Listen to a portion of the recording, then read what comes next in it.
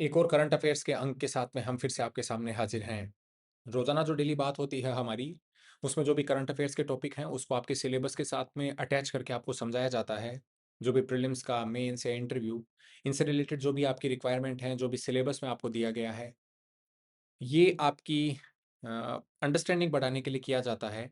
यानी कोई भी कॉन्स्टिट्यूशनल मुद्दा हो या अगर कोई भी इंटरनेशनल रिलेशन संबंधी कोई बात हो, इकोनॉमी के एस्पेक्ट में कोई बात हो, सोशियोलॉजी के एस्पेक्ट में कोई बात हो, एथिकल एंगल उसके अगर बात करने हों, केस स्टडीज़ के बारे में कोई चर्चा हो, ऐसे में आप उसके लिए क्या लिख सकते हैं, ये सब हम जो है आपको बताने की कोशिश करते हैं। तो जैसे पहली बात आपने देखा होगा कि भई इंडस वाटर ट्रीटी जो है इस समय वापस से चर्चा का विषय बनी हुई हैं, जहाँ पर वहाँ के जो हैं वो रक्षा मंत्री पाकिस्तान के, उनका एक बयान आया और कहा कि इंडस वाटर ट्रीटी स्थगित जो रह कर के भारत ने धमकी दी है और अगर पाकिस्तान को ऐसा लगा कि भई उसकी जल की सुरक्षा यानी उसकी वाटर सिक्योरिटी जो है अंडर थ्रेट हो चुकी है, तो तब जो है वो भारत से जंग लड़ सकता है। मतलब साफ है कि there can be wars if the water is not flown which was earlier being flown. Water जो है वो किसी भी राज्यों के बीच में या देशों के बीच में इस समय या आगे आने वाले समय में जैसे हम क्लाइमेट चेंज के सामना कर रहे हैं, तो वाटर वॉर्स होने की संभावनाएँ काफ़ी बढ़ जाएँगी। वाटर आपको ज़रूरी है कि कृषि के लिए जो है वो इरिगेशन के लिए बहुत इंपॉर्टेंट हो जाता है, लाइव स्टॉक के लिए ज़रूरी हो जाता है, फिर हमारी ड्रिंकिंग वाटर्स के लिए ज़रूरी हो जाता है, फिर एग्रीकल्चर और फूड सिक्योरिटी, उसके बाद में रिन्यूएबल एनर्जी या फिर अन्य प्रकार की जो एनर्जी के रिसोर्सेज़ हैं, वाटर ट्रांसपोर्ट इत्यादि सब के लिए वाटर की जो ज़रूरत है वह काफ़ी है। और अगर आने वाले समय में वाटर बॉडीज़ जिस हिसाब से मतलब ख़त्म हो रही हैं, उनमें वाटर का स्ट्रेस ज़्यादा बढ़ता जा रहा है, तो वाटर के ऊपर जो वॉर हैं, वो बढ़ते जाएँगे। उसके स्ट्रेस का मैं थोड़ा-सा आपको छोटा-मोटा एग्ज़ाम्पल दे देता हूँ। आपने देखा होगा कि कई सारे कंट्री जो हैं, वो बाँध बनाने की कोशिश कर रहे हैं। अगर वो अपर राइपेरियन कंट्री हैं, जहाँ से वो रिवर ओरिजिनेट होती है, तो अपर राइपेरियन कंट्रीज़ जो हैं, कोशिश कर रहे हैं कि वहीं पर बाँध बना कर के उस पानी के फ्लो को रोका जाए। जिसका इस्तेमाल अगर मान लो इस प्रकार की कोई भी झड़प होती है, तब एकदम से वो वाटर का फ्लो बढ़ा करके कर सकते हैं या फिर अगर वाटर स्ट्रेस होती है, तो उस समय जो है अपने किसानों या अपनी जनता की प्यास बुझाने के लिए उसका उपयोग कर सकते हैं। जबकि जहाँ पर वो रिवर बह करके जाती है, जिसको हम मिडल राइपेरियन स्टेट कहते हैं या फिर लोअर राइपेरियन स्टेट कहते हैं, उनके जो वाटर राइट्स हैं, उसके ऊपर असर पड़ सकता है। सिमिलर सिचुएशन जो है हमने भी देखा कि वाटर की हमारे यहाँ पर भी है, जहाँ पर अंतर्राज्यीय जो जल दिक्कतें हैं, जहाँ पर रिवर्स जो कि एक राज्य से दूसरे राज्य में जाती है, उसमें भी जो है कई प्रकार के डिस्प्यूट हमें देखने को मिले हैं। चाहे वो राजस्थान हो, चाहे वो कर्नाटका, महाराष्ट्र हो, चाहे वो उड़ीसा, पंजाब हो, चाहे वो हरियाणा, कोई भी जो है वो स्टेट इससे अछूता नहीं लग रहा है। हालाँकि भारतीय कॉन्स्टिट्यूशन में इसको डील करने के लिए कई सारे प्रावधान हैं, उसको हम कोई और दिन चर्चा करेंगे। फिलहाल हम इंडस वाटर ट्रीटी के बारे में बात कर रहे हैं। उन्होंने मतलब पाकिस्तान के रक्षा मंत्री ने कहा है कि भारत ने जो है एक तरह से वाटर वॉर ही स्टार्ट किया है पाकिस्तान के ऊपर और अगर ये पानी के प्रवाह में दखल लंबे समय तक जारी रहा या भारत इसका अगर रणनीतिक तौर पर इस्तेमाल करेगा, तो डेफ़िनेटली जो है हम भारत के खिलाफ इससे जंग लड़ सकते हैं। अब आपको पता होना चाहिए जो इंडस वाटर ट्रीटी है उसको हमने अबियंस में रखा है, जब से ये पहलगाम का अटैक हुआ और उसके बाद में उसमें 26 लोगों की जान गई थी। तो एक तरह से ये आप कहें कि ये जो ट्रीटी है वो फ़िलहाल निलंबित है। अब निलंबित है उसका क्या मतलब है? तो ये मैं आपको पहले बता देता हूँ कि संदूज जो जल है उसके कारण या जो जल संधि अभी निलंबित है उससे पाकिस्तान को क्या फ़र्क पड़ रहा है? सिंध और बलूचिस्तान जो प्रांत हैं उनमें एक्चुअल में क्या है गंभीर संकट पैदा हो गया है क्योंकि जब हम इस ट्रीटी के बारे में बात करते हैं, तो सितंबर 1960 को यह कराची में भारत और पाकिस्तान के बीच में साइन हुई थी और वर्ल्ड बैंक की ब्रोकरिंग के द्वारा यानी मीडिएशन जो है इसमें वर्ल्ड बैंक किया था। वर्ल्ड बैंक का कौन-सा? International bank for reconstruction and development. आप जो है इस चीज़ को ध्यान रखें। उस समय भारतीय प्रधानमंत्री जवाहरलाल नेहरू और पाकिस्तान के जो प्रेसिडेंट थे अयूब खान, उन्होंने जो है इस जल संधि को साइन किया था। अब आपको मैं बता दूँ कि ये जो ट्रीटी इस समय अबियंस में है, उसके में आपको पता होना चाहिए 6 जो हैं वो हिमालयन रिवर्स इसमें आती हैं, जिनको 2 कैटेगरीज़ में विभक्त किया गया है। एक तो ईस्टर्न फ्लोइंग रिवर्स और एक होती हैं वेस्टर्न फ्लोइंग रिवर्स। ईस्टर्न जो फ्लोइंग रिवर्स हैं, उसमें रवि, ब्यास और सतलज आती हैं और ये जो हैं करीबन-करीबन 20% टोटल वाटर इनका एक तरह से जो है वो कैरी करती हैं। इंडिया के पास इनका ये जो ईस्टर्न फ्लोइंग रिवर है, उनका अनरेस्ट्रिक्टेड और एक्सक्लूसिव यूज़ भारत इस पानी का कर सकता है, वो अधिकार भारत को मिले हुए हैं। जब हम बात करते हैं वेस्टर्न रिवर्स की, तो इंडस, झेलम और चेनाब ये 3 रिवर इसमें आती हैं, जो कि प्राइमरीली पाकिस्तान को लोटेड हैं। पाकिस्तान इससे जो टोटल वाटर है ना, उसका करीबन 80% जो है वो रिसीव करता है। अगर हम बात करें वेस्टर्न रिवर्स यानी इंडस, चेनाब और झेलम के बारे में, तो भारत को जो है कोई भी स्टोरेज डैम्स इत्यादि से मतलब बनाने के लिए तो मना कर रखा है, लेकिन लिमिटेड या नॉन कंजम्पशन के लिए इनका इस्तेमाल हो सकता है। मान लो जैसे रन ऑफ द रिवर कोई प्रोजेक्ट हमें बनाना हो, तब हम पानी रोक करके जो है इसका इस्तेमाल कर सकते हैं। वो कंजम्पशन में नहीं कर रहे, लेकिन वो एक तरह से run of the river project है, जहाँ पर रिवर का फ्लो हम रेस्ट्रिक्ट नहीं कर रहे हैं। उसमें केवल जो है एक मतलब स्ट्रक्चर खड़ी करके हमारे चाहे वो इलेक्ट्रिसिटी के लिए हो, बस उतना उपयोग कर सकते हैं। इसमें ज़्यादातर डोमेस्टिक कंजम्पशन, एग्रीकल्चर या इरिगेशन का यूज़ इत्यादि जो हैं वो हमारे यहाँ पर जो है एक तरह से मेन कंटेंशन के पॉइंट बने हुए हैं। थोड़ा-सा मैं आपको बता दूँ कि फ़िलहाल जिस हिसाब से इसके ऊपर हमने स्थगन लगाया है, तो जैसे आपको पता होगा 3 रिवर जो हैं वो पाकिस्तान को 80% वाटर प्रोवाइड करती हैं। तो पाकिस्तान का सिंध और बलूचिस्तान जो प्रांत है, उसमें इस समय जल संकट गहरा रहा है और इसके कारण वहाँ की 1/3 आबादी अब इस समय प्रभावित हो रही है।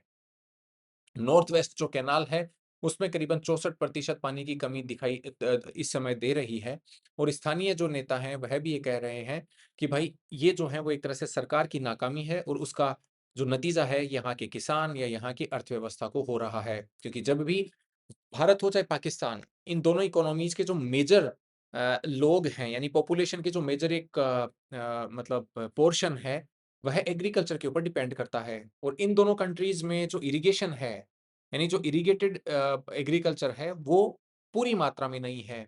यानी करीबन 60% के आस-पास जो हैं वो भारत में और करीबन 40% के आस-पास पाकिस्तान में जो है इरिगेटेड लैंड्स हैं, अदरवाइज़ रेन फेड एग्रीकल्चर ही होती है। तो ये जो पानी की कमी है, उसका ज़्यादातर असर सिंध और बलूचिस्तान में पड़ रहा है और जिस हिसाब से बलूचिस्तान ऑलरेडी एक रेस्टिव ज़ोन है, आपने देखा होगा कि बलूच लिबरेशन आर्मी और उसका जो रोल है वहाँ पर और इसकी वजह से जो दिक्कतें खड़ी हो रही हैं इवन पाकिस्तान स्टेट के लिए, अब वो वाटर क्राइसिस के द्वारा मल्टीप्लाई हो रही हैं।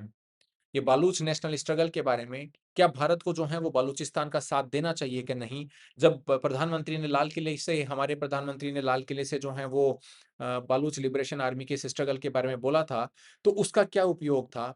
क्या मतलब हम करना चाहते थे? क्या बलूचिस्तान में भारत जो है वो दखल-अंदाज़ी कर रहा है? इस प्रकार के क्वेश्चन हमने पहले आपको जवाब दिए हैं, पूर्व में हमारी आप ये सीरीज़ सुन सकते हो।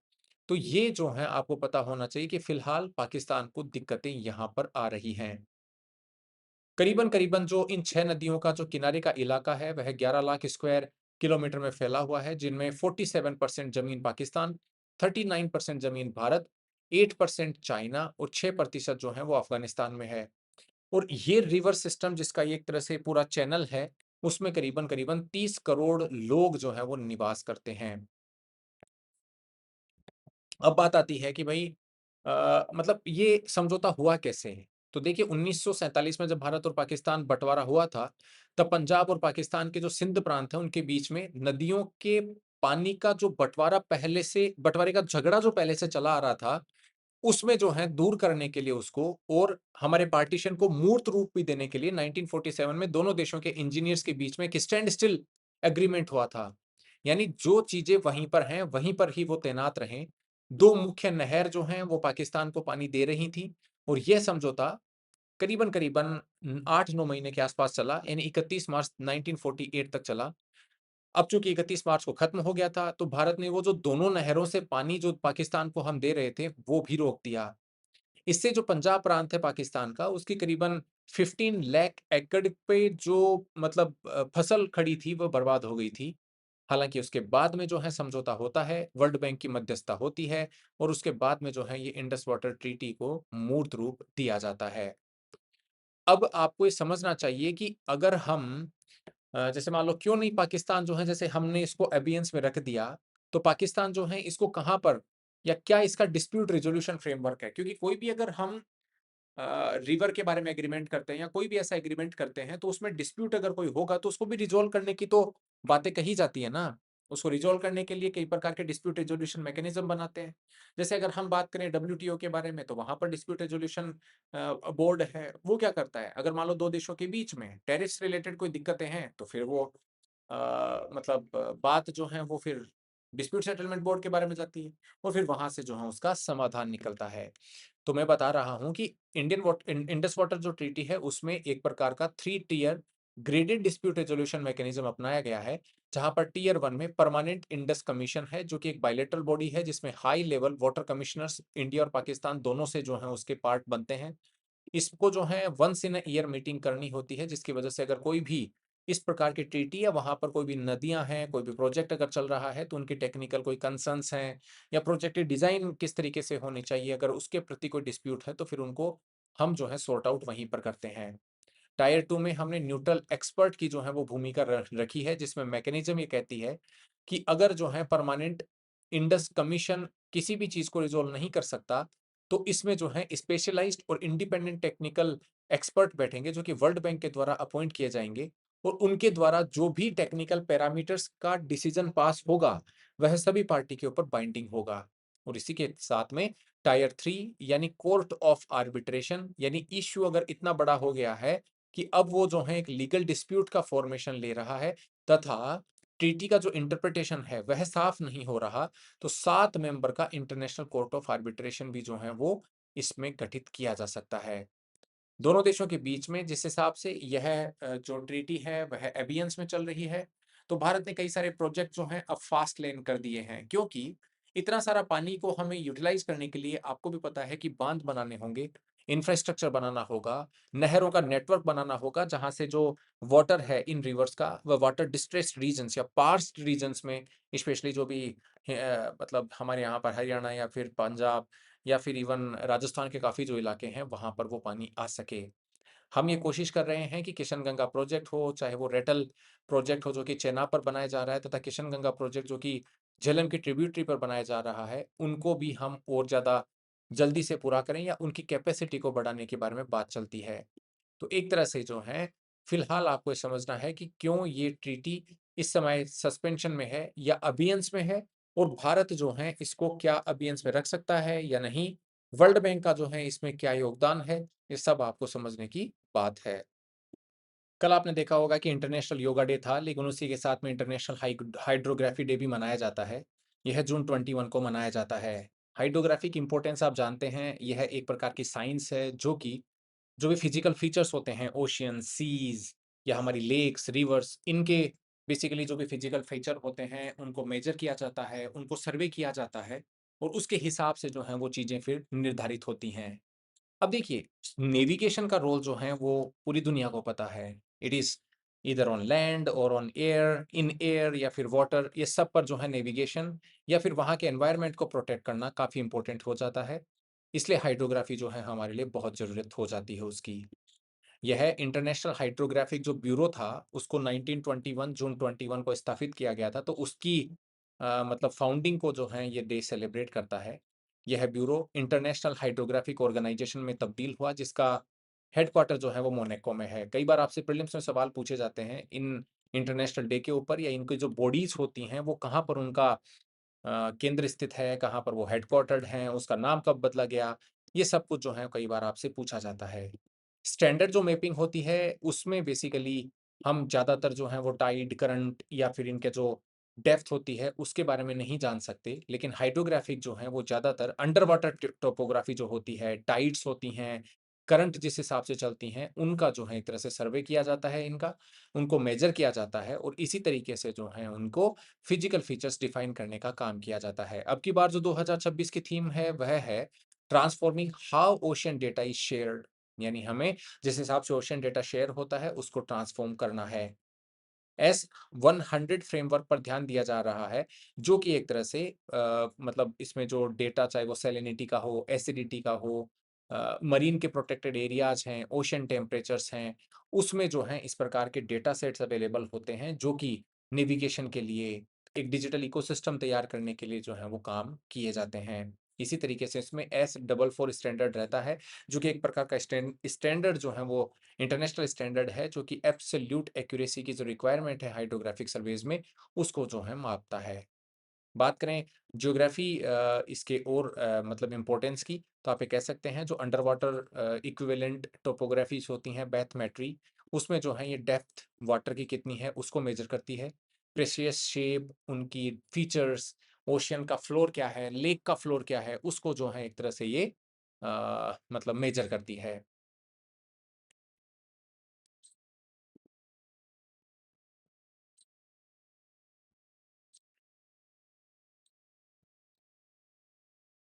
यहाँ से आपको कई बार जो है हाइड्रोग्राफिक सर्वे से, जैसे जीएस पेपर 2 में भी सवाल पूछे जा सकते हैं, इंटरनेशनल रिलेशंस, मैरीटाइम डिप्लोमेसी में भी सवाल पूछे जा सकते हैं, जहाँ पर इवन ये बात हो सकती है कि भाई जैसे मालदीव्स की इंसिडेंट हुई थी 2019 में, जहाँ पर भारत ने मतलब जो जॉइंट हाइड्रोग्राफिक सर्वे जो पैक्ट था भारत के साथ में मालदीव्स का, उसे टर्मिनेट कर दिया था।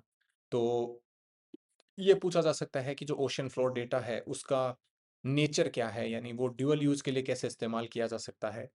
ये एक तरह से लिटमस टेस्ट बन रहे हैं इंडियन ओशन रीजन में, because there are lot many ships actually which are trying to survey into these waters and trying to identify where and in which areas how much depth we have, what kind of topographic features are there in that particular area, how it can impact actually if there are certain operations which are to be done। यानी जो भी इस प्रकार की चीज़ें हैं वह इनसे काफ़ी इम्पैक्ट होती हैं, जिसके स्ट्रेटेजिक और सिक्योरिटी इम्प्लीकेशंस काफ़ी होते हैं।